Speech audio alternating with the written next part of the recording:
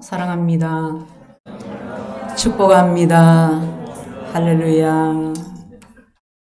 이렇게 우리로 예배로 또 나오게 하시고 말씀을 듣게 하시는 은혜를 감사합니다.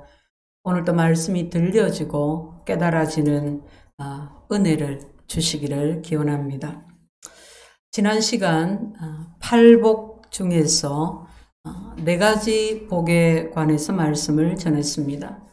먼저 살펴보았던 4가지 복은 하나님과 나와의 관계에 대해서, 그리고 다음의 4가지 복은 나와 다른 그리스도인들과의 관계에 대해서 주로 설명을 하고 있습니다. 오늘 살펴볼 내용은 긍휼히 여기는 자, 그리고 마음이 청결한 자입니다. 먼저 긍휼히 여기는 자, 긍휼히 여김에 대한 것입니다. 예수님께서는 긍휼히 여기는 자는 복이 있나니 그들이 긍휼히 여김을 받을 것이며 라고 말씀하셨습니다. 어떤 사람이 복이 있습니까? 긍휼히 여기는 사람. 살면서 다른 사람을 긍휼히 여기는 사람, 그가 복이 있다고 하십니다. 예수님이 설교하신 당시 사회는 긍휼을 가치가 없는 것으로 여겼습니다. 헬라인과 로마인은 자비와 긍휼을 나약함의 표시로 받아들였고, 저들은 오직 정의로움, 용기, 이런 것을 칭송하며 살았습니다. 그래서 당시 로마의 한 철학자는 긍휼은 영혼의 질병이다 라고까지 말했습니다.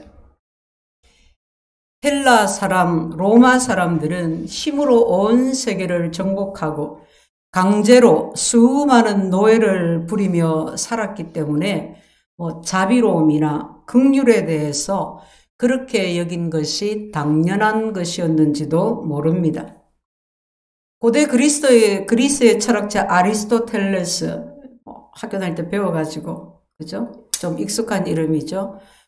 스승인 플라톤과 함께 최고의 사상가로 또 철학자로 칭송받은 아리스토텔레스조차도 노예를 살아있는 연장이라고 표현했습니다. 그들은 자기 마음대로 노예를 부렸습니다. 단지 실증이 났다, 마음에 안 든다 하는 이유만으로 노예를 원형 경기장에 보내서 짐승의 밥이 되게 했습니다.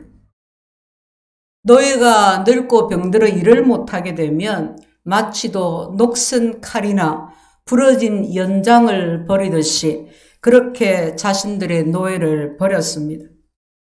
그들은 노예에게는 영혼이 없다고 생각했습니다. 그랬던 그들에게서, 그들의 그런 삶에서 어떻게 긍휼을 기대할 수가 있었겠습니까? 당신은 노예들뿐만이 아니라 아이들에게도 그와 비슷한 취급을 했습니다. 만일 아내가 아이를 낳았는데 아이가 병약하게 태어났다, 장애를 가졌다, 그러면 아버지가 자기 아이인데도 불구하고 그 아이를 죽게 내버려 두었습니다. 욥기서에 보면 욥이 극심한 고난 가운데에 이렇게 탄식합니다. 어찌하여 무릎이 나를 받았던가, 어찌하여 내가 젖을 빨았던가. 욥이 지금 그 고난이 너무너무 괴로우니까 차라리 내가 태어나지 않았다면 좋았겠다 하고 탄식을 하는 겁니다. 그런데 여기 이 대목입니다. 어찌하여 무릎이 나를 받았던가. 무슨 뜻일까요? 누가 아이를 무릎으로 받을까요? 별 생각 없이 그냥 엄마겠지 생각하는데, 당시 그 문화를 보면 아내가 아이를 낳으면 막 태어난 아이를 하인이 아버지 앞에 데려갑니다. 그리고 아버지 발 앞에 내려놓습니다. 태어났다고 해서 무조건 내 아이로, 내 아들로 인정받는 것이 아니었습니다. 아버지가 자기 발치에 내려놓은 아이를 내려다봅니다. 사지육신이 멀쩡한가, 건강한가, 이목구비가 어떤가 자세히 봅니다. 그 후에 아버지가 그 아이를 자기 무릎 위에 받아 올리면 그때야 그 아이는 비로소 그 아비의 아이로 인정을 받고 아버지 호적에 올라갑니다. 그런데 만약에 이때 아버지가 아이를 무릎 위에 올리지 않는다 그러면 내 자식으로 받아들이지 않겠다는 뜻입니다. 그렇게 되면 자기 자식이라도 노예로 팔거나 죽게 내버려 두는 것입니다. 정말 잔인하고 혹독한 그런 문화였습니다. 욥이 이것을 탄식한 것입니다. 그때 왜 내 아버지가 나를 받아 무릎에 올렸던가? 그때 나를 받아들이지 않았다면, 죽게 그냥 내버려 두었다면 좋지 않았을까? 너무너무 괴로우니까 그렇게 탄식하는 것입니다. 여러분, 이것이 바로 당시 로마 시대의 형편이었습니다. 권력이 최고고 남을 누르고 짓밟고 빼앗고 올라서야만이 내 인생이 성공한다고 믿는 사회, 로마 시대의 사회였습니다. 바로 이런 사회, 이런 문화 속에서 예수님이 선포하십니다. 긍휼히 여기는 자는 복이 있나니 그들이 긍휼히 여김을 받을 것이며. 여러분, 그 당시의 사람들이, 1세기에 살았던 사람들이, 힘으로 모든 문제를 해결하던 헬라와 로마 사람들이 이 말씀을 받았습니다. 말씀을 받는 그들의 마음이 어땠을까요? 지금까지의, 바로 지금의 그들의 모든 가치 체계를 뒤흔드는 그런 말씀이었습니다. 이 말씀이 그저 순적하게 받아들여졌을까요? 긍정적으로 아멘 할렐루야 그렇게 받아들여졌을까요? 오늘 우리는 어떻습니까? 오늘 이 시대 우리들에게는 이 말씀이 제대로 잘 긍정적으로 받아들여지고 있습니까? 오늘 우리의 문화는, 오늘 우리 사회는 과연 사람을 긍휼히 여기는 문화 속에서 우리가 살아가고 있습니까? 예, 그렇습니다. 우리는 그런 야만의 시대가 아닙니다라고 말하고 싶지만 그렇지 않은 것 같습니다. 우리는 나보다 나약한 사람, 실패한 사람에게는 조금의 자비를 베풀지 모르겠지만 우리와 대등한 사람에게는, 경쟁자에게는 결코 자비를 베풀지 않습니다. 내가 나보다 약한 사람에게만 자비를 베푼다는 것은 다른 말로 내가 내 힘을, 내 의를 과시하는 한 방법은 아닐까요? 그저 일순간의 동정심은 아닐까요? 따져보면 고대 사회나 지금 사회나 긍휼에 관해서 변한 것이 없습니다. 다만 그때와 지금 차이가 있다면 그때는 긍휼이 아예 표면적으로 배척되었습니다. 그러나 지금은요, 은밀하게 배척이 되고 있습니다. 주님께서 말씀하시기를 정복하는 자가 복이 있나니 힘 있는 자가 복이 있나니라고 말씀하지 아니하시고 긍휼히 여기는 자가 복이 있다고 말씀하시니 이 말씀을 받을 때 그 마음이 얼마나 불편했을까요? 당시 사람들뿐만이 아니라 우리의 마음도 말입니다. 자, 그러면 긍휼은 무엇일까요? 헬라어로 엘레오스라고 표현을 했는데 번역이 쉽지가 않습니다. 유명한 주석가 바클레이는 다른 사람의 내면을 꿰뚫는 것, 다른 사람의 시각으로, 그의 시각으로 그의 삶을 보고 그가 경험한 것을 내가 느끼는 것을 긍휼이라고 정의했습니다. 좀 더 쉽게 말씀을 드리면 다른 사람이 비참한 상태에 빠졌어요. 너무 고통받고 있어요. 그런데 그를 바라볼 때 그의 관점으로, 그의 시각으로, 그의 그 마음으로 그 사람을 본다는 거예요. 그래서 그가 경험하고 있는 고통을 내가 함께 느끼는 것입니다. 그게 긍휼이다. 긍휼의 마음이다. 이 긍휼을 연민으로 번역을 하기도 합니다. 긍휼은 한마디로 말해서 함께 느끼는 것입니다. 아픔을 함께 느끼는 것입니다. 고통을 함께 느끼는 것입니다. 다른 사람의 아픔에 창자가 끊어질 듯이 아파하는 것입니다.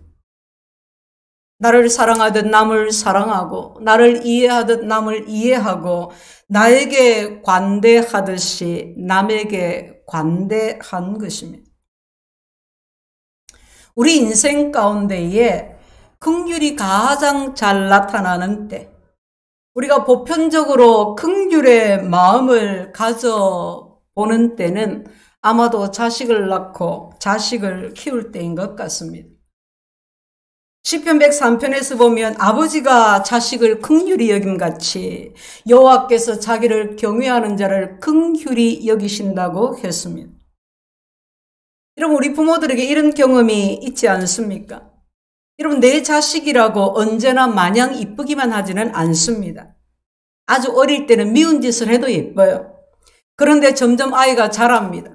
자라는데 아주 아무것도 모르고 말귀 못 알아들은 어릴 때처럼 그렇게 하면 그냥 내버려 두지 않지요.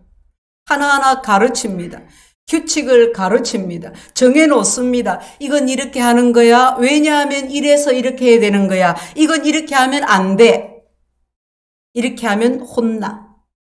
그런데 말로만 인격적으로 한다고 말로만 잘 하는데 말을 잘 안 듣습니다. 그럼 어떻게 합니까? 내 자식이니까 사랑의 매를 듭니다. 제가 어릴 때는 부모들이 종아리를 때렸어요. 그죠? 학교에서도 가끔 그런 일이 있었어요. 지금은 거의 매를 들지 않지만 그래도 부모가 내 자식이기 때문에 매를 들어야 할 때가 있습니다. 이건 사랑의 매야 하고 보통 자 같은 걸로 사랑의 매를 하나 준비를 해놓죠. 보통 어디를 때립니까? 손바닥 펴! 탁 하고. 그럼 매를 들리면 제대로 아프게 때려야죠. 탁 하면 눈물이 터집니다. 그죠? 빨갛게 부어오릅니다. 매를 드는 아파하는 그 아이를 보는 부모의 마음이 어떻겠습니까? 이런 말로만 혼을 내도 마음이 얼마나 쓰이고 아픈데 말로 혼내놓고 나서 부모가 애 눈치 보잖아요. 자가 지금 어쩌고 있나 싶고. 그런데 매를 들었어요. 혼나고 풀이 죽고 지방에 들어가서 울다가 나중에 이제 그 매 맞은 자리를 살펴보고 약을 발라주고 할 때 그 부모 마음이 어떻겠습니까? 매를 맞고 아파서 우는 아이보다 부모 마음이 훨씬 더 아픈 거예요. 부모가 되면 자식을 양육하면서 이런 긍휼의 마음을 갖게 되는 것 같습니다. 자, 그럼 우리는 왜 다른 사람에게 긍휼을 베풀어야 할까요? 간단합니다. 우리가 먼저 긍휼히 여김을 받았기 때문입니다. 하나님께서 우리를 긍휼히 여기셨기 때문입니다. 성도 여러분, 우리는 모두 하나님의 긍휼을 입었습니다. 하나님의 인자와 긍휼이 무궁하심으로 우리가 진멸되지 아니함이니이다. 예레미야 선지자의 고백처럼 하나님의 긍휼하심 때문에 하나님이 우리를 긍휼히 여겨주셔서 오늘 우리가 이렇게 살아있는 것입니다. 하나님의 긍휼하심이 없으면, 하나님께서 긍휼히 여겨주시지 않으시면 어떻게 되었겠습니까? 돌아서면 죄짓고 깨닫지 못하고 고집스럽고 못난 우리이지 않습니까? 늘 이랬다가 저랬다가 변덕스럽고 내 마음대로 살려고 하고 도무지 선한 것이 없는 의의가 없는 우리이지 않습니까? 하나님께서 우리를 긍휼히 여기지 아니하시면, 하나님께서 우리를 우리 죄대로 처치하신다면 우리는 벌써 벼락이라도 맞아 죽었어야 되었지 않습니까? 오늘 저와 여러분이 이렇게 살아있고 이렇게 하나님을 예배하고 있는 것은 바로 하나님의 긍휼하심 때문입니다. 예수님은 형제가 내게 죄를 범하면 몇 번이나 용서해야 합니까? 7번까지 합니까? 하고 묻는 베드로에게 70번씩 7번까지라도 해라. 그렇게 말씀하시면서 이런 이야기를 들려주셨습니다. 한 주인에게 종이 있었습니다. 그런데 그 종이 큰 실수로 주인에게 큰 빚을 지게 되었습니다. 무려 1만 달란트. 오늘날로 계산할 수 없는 수천억의 그런 큰 액수입니다. 이 갚을 수 없는 빚이에요. 이 당시 법에는 빚을 지고 갚지 못하면 감옥에 가거나 자기 가족들을 다 팔아서, 종으로 팔아서라도 그 빚을 갚아야 했습니다. 그러니 도무지 방법이 없으니 종이 주인에게 나아가서 간청을 합니다. 그랬더니 주인이 그를 불쌍히 여겨서 그에게 긍휼을 베풀어서 그의 빚을 다 탕감해 주었습니다. 얼마나 기뻐요. 탕감을 받고 그 종이 기뻐하며 자기 집으로 돌아가는 길에서 자기에게 100데나리온 빚진 동료를 만났습니다. 종이 그 동료에게 니네한테 빚진 거 와 안 갚으면 빚 갚으라 요구했는데 그 동료가 당장 갚을 돈이 없어요. 막 사정을 합니다. 좀 봐주라. 어떻게 내가 무슨 일을 해서라도 내가 갚겠다. 그러나 이 종은 자기에게 빚진 동료를 감옥에 쳐넣었습니다. 1만 달란트 빚을 지고 탕감받은 종이 100데나리온 빚진 자기 동료를 말입니다. 여러분, 1만 달란트, 100데나리온, 이 화폐 수치가 잘 모르니까 어느 정도 차이가 나는지 잘 모르시죠? 쉽게 말하면 100억의 빚을 탕감을 받았는데, 지는 100억 빚을 탕감받았는데, 지한테 많은 빚진 거 못 받아서 감옥에 쳐넣은 거예요. 빚을 갚지 못하면 감옥 가는 것, 당시의 법이었습니다. 법적으로 아무 문제가 없는 것입니다. 그런데 이 종의 행사가 주인에게 들렸습니다. 주인이 대노하고 그 종을 불러들입니다. 내가 너를 불쌍히 여김같이 너도 네 동료를 불쌍히 여기는 것이 마땅한 것이 아니냐? 진노한 주인이 그 종을 감옥에 가두어 버립니다. 이 이야기는 주님의 경고로 이렇게 끝을 맺습니다. 너희가 각각 마음으로부터 형제를 용서하지 아니하면 나의 하늘 아버지께서도 너희에게 이와 같이 하시리라. 긍휼히 여기는 자가 긍휼히 여김을 받습니다. 긍휼이 없는 자에게 긍휼 없는 심판이 있습니다. 성도 여러분, 이 이야기는 바로 우리의 이야기 아닌가요? 주께서 우리를 가르쳐 주시는 주님의 긍휼의 메시지입니다. 어떻게 우리가 하나님께 진 빚을 갚을 수가 있겠습니까? 우리는 100번 죽었다 깨도 하나님께 진 빚을, 하나님께서 독생자를 보내셔서 독생자 예수 그리스도의 대신 죽음으로 구원받게 된 이 은혜를 우리가 어떻게 갚을 수가 있습니까? 주님의 마지막 경고는 심령이 가난하지 못한 자들에게 주시는 경고입니다. 내가 하나님 앞에 어떤 상태인지, 내가 얼마나 추리고 마르고 가난한 자인지를 깨닫지 못해서 그것 때문에 내가 애통해 본 적이 없어서 다른 사람을 용서하지 못하는 것입니다. 내가 심령의 가난함을 깨달았다면, 내가 내 죄를 보고 애통해 보았더라면 우리는 다른 사람을 불쌍히 여길 것입니다. 진정으로 우리가 하나님의 사랑을 깨달았다면, 하나님의 용서를 깨달았다면 우리도 다른 사람을 용서할 수가 있을 것입니다. 용서는 누가 하냐? 용서는 용서받은 사람이 합니다. 긍휼히 여김을 받은 사람이 긍휼히 여기는 사람이 되는 것입니다. 한 청년이 내용을 들어보면 여러분들이 들어본 내용이다 싶을 텐데 미국에서 실제 있었던 실화입니다. 한 청년이 큰 잘못을 하고 감옥에 가게 되었습니다. 감옥에 가서 보니 자기가 너무 잘못했고 모든 것이 다 후회스러웠습니다. 내가 무슨 짓을 저질렀나? 정말 내가 부모님 마음을 너무나 아프게 했구나. 내가 부모님 얼굴을 어떻게 뵈나 뵐낯이 없구나. 가슴 치는 후회를 했습니다. 그리고 부모님께 편지를 썼습니다. 부모님, 제가 잘못했습니다. 저를 용서해 주세요. 편지를 보냈는데 답장이 없었습니다. 짐작할 수 있는 것이 부모님 두 분 다 글을 쓸 줄 모르는 분이었습니다. 그렇지만 부모님으로부터 내가 너를 용서한다는 그런 용서에 대한 확신을 얻고 싶었습니다.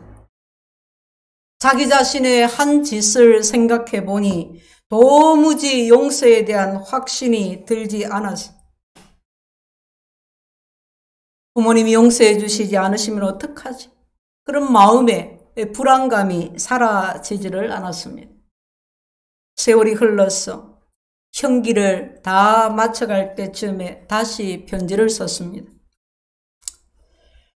아버지 어머니, 나를 용서하셨다면 우리 집 앞마당에 있는 그 사과나무에 노란 리본을 달아주세요.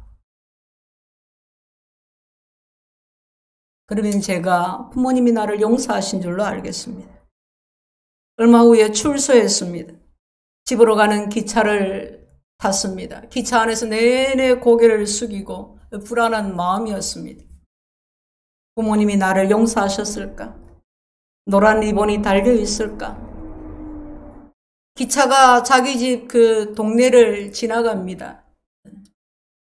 지나갈 때 용기를 내어서 그 동네를, 자기 집 쪽을 고개를 들어 바라보았습니다. 여러분 어땠을까요? 자기 집 앞마당 사과나무에, 심지어 동네에서 자기 집으로 들어가는 길가의 모든 나무에 노란 리본이 달려 있었습니다. 그냥 노란 리본으로 다 덮여 있었습니다. 만일 우리가 우리 자신에게 정직하다면 우리가 하나님과의 관계에서 이 청년 같은 마음을 가져본 적이 있었을 겁니다. 저도 그랬습니다.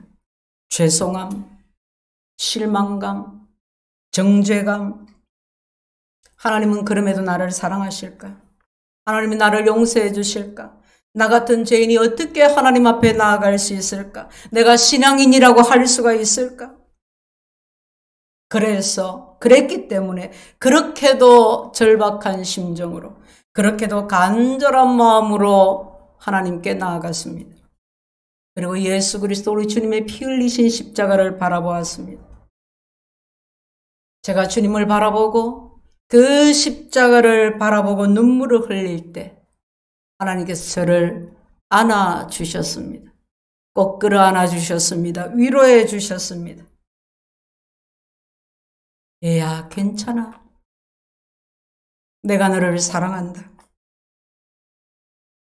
오래전부터 늘 그럼에도 내가 너를 사랑한다.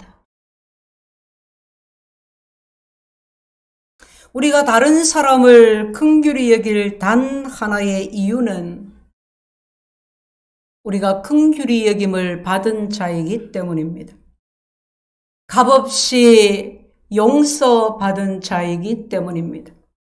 값없이 한없는 사랑으로 하나님의 은혜 가운데 있게 된 자이기 때문입니다. 그러므로 우리는 내 남편과 내 아내를 긍휼히 여겨야 합니다.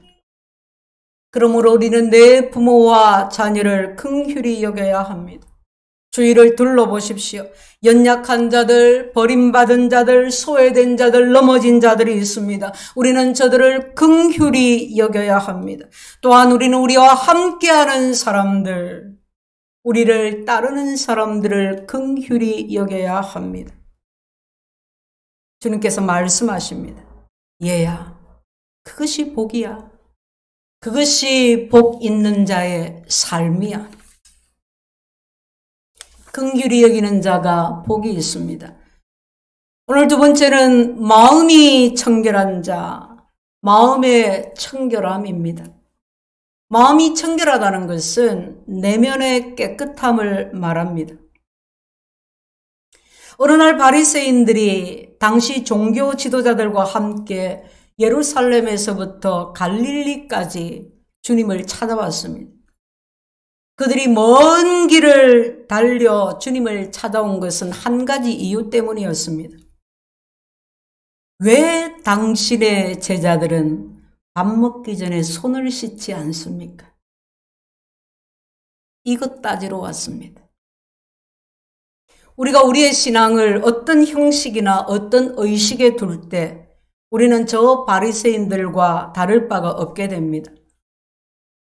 다른 사람들이 그 의식을 지키나 안 지키나 그것을 판단하고 평가하는 데 많은 시간을 소비하게 될 것이고, 그래서 그 의식을 지키지 않는 사람들을 함부로 정죄하고 함부로 비방하게 될 것입니다.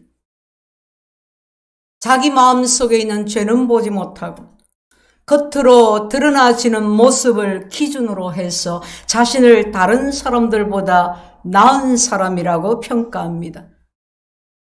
나는 너희들보다 낫다, 나는 의롭다 하니 다른 사람들을 쉽게 정죄하게 되는 것입니다. 여기에 무슨 긍휼이 있겠습니까?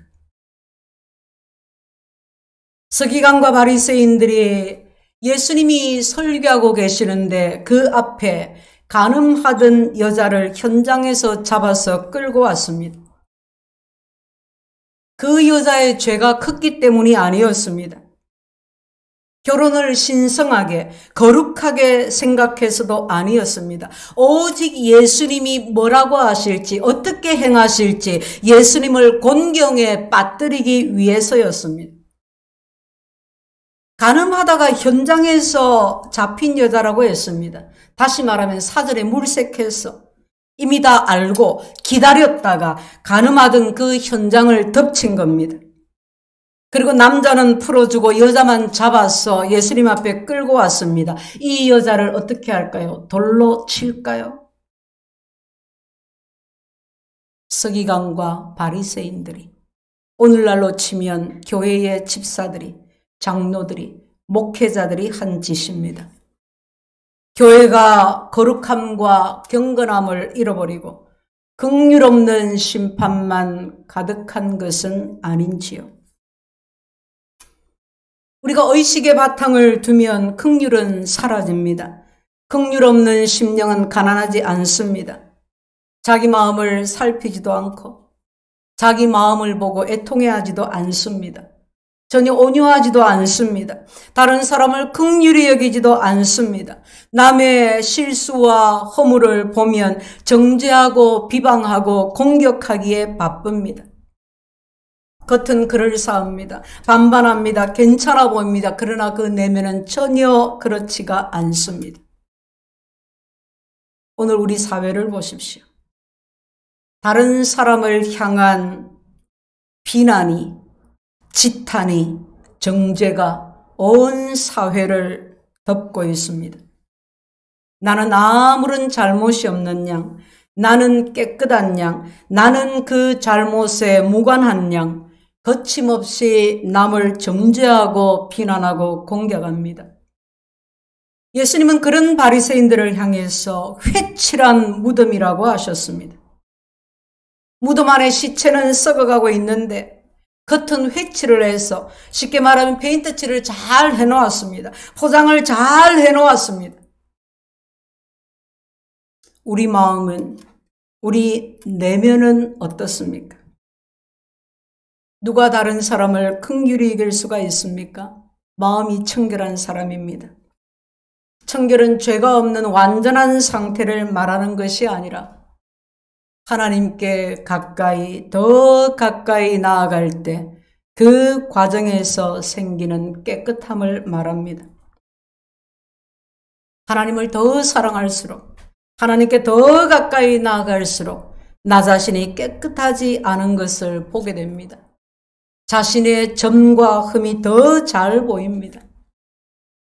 여러분 집에서 방에서 화장할 때 그렇게 막 세세하게 잘 안 보이던 주름이 그래서 어쨌든 화장을 잘했는데 여러분 밖에 나가면 햇빛 아래 보면 얼마나 그게 잘 보이는지. 요즘 화장품도 얼마나 많습니까? 그죠? 잘 해가지고 주름이 잘 안 보이게 해놨는데 나가는 즉시로 다 드러납니다. 어떤 분이 그럽니다. 내가 교회 다니기 전에는 안 그랬는데 교회 다니고 나니까 내가 더 죄를 짓는다고. 여러분 교회를 다니고 나서 죄를 더 짓는 것이 아니라 전에는 몰라서 안 보였고 하나님께 가까이가 아니라 멀리 있어서 안 보인 거예요. 그런데 이제 내가 하나님께 가까이 갑니다. 더 가까이 나갑니다. 그래서 하나님의 거룩하심 가운데 나를 보게 되니 보이는 거예요. 그게 흠이 보이고 점이 보이고 티가 보이고 보이는 거예요. 내가 이렇구나. 내 모습이 이렇구나. 내 죄가 이렇구나. 이런 사람은 늘 마음이 가난합니다. 애통합니다. 온유합니다. 늘 하나님의 의에 목말라 있습니다. 내가 죄인인 것을 알기 때문에, 내가 긍휼히 여김을 받은 것을 알기 때문에 다른 사람을 긍휼히 여기게 되는 것입니다. 우리가 마음이 청결하면 어떤 일이 우리에게 일어날까요? 마음이 청결한 자는 복이 있나니 저희가 하나님을 볼 것이며, 마음이 청결하면 하나님을 보게 됩니다. 하나님의 존재를 인식하게 됩니다. 하나님을 이해하고 하나님을 체험하게 됩니다. 바리새인들은 하나님의 이름을 늘 입에 달고 살았어요. 하나님의 법이 이렇다고 줄줄줄줄 다 외우고 살았어요. 그러나 저들은 하나님을 보지 못했습니다. 그래서 예수님이 말씀하신 것처럼 그래서 저들이 소경인 것입니다. 그러면 마음이 청결하려면 어떻게 해야 합니까? 마음이 청결하려면 예수님의 보혈로 죄씻음 받고 거듭나야 합니다. 또한 마음이 청결하려면 날마다 하나님을 가까이, 더 가까이, 날마다 하나님의 말씀을 가까이, 더 가까이 해야 합니다. 그렇게 날마다 하나님을 바라보며 하나님을 앙망하며 사는 것입니다. 그 마음이 청결한 마음입니다. 그 마음으로 살면 날마다 어디서나 하나님의 임재를 느끼며 살게 됩니다. 하나님의 눈으로, 하나님의 마음으로 세상을 보고 다른 사람들을 보게 됩니다. 여러분, 이런 사람들이 주위에 선한 영향을 끼쳐요. 마음의 청결함이 관계를, 그 사회를 건강하게 아름답게 만드는 것입니다. 사랑하는 성도 여러분, 누가 복된 자입니까? 긍휼히 여기는 자입니다. 마음이 청결한 자입니다. 이것이 은혜 받은 사람, 하나님의 백성의 마땅한 모습입니다. 우리 모두 긍휼히 여기는 자, 마음이 청결한 자가 되시기를 예수 이름으로 축원드립니다. 아멘. 하나님 감사합니다. 우리로 늘 내가 하나님께 긍휼히 여김 받은 것을 잊지 않게 하시고, 그리하여 다른 사람을 긍휼히 여길 수 있게 하여 주시옵소서. 또한 늘 하나님을 가까이, 더 가까이 하게 하셔서 청결한 마음을 가질 수 있도록 하나님 역사하여 주시옵소서. 우리 모두 예수님 이름으로 기도하옵나이다. 아멘.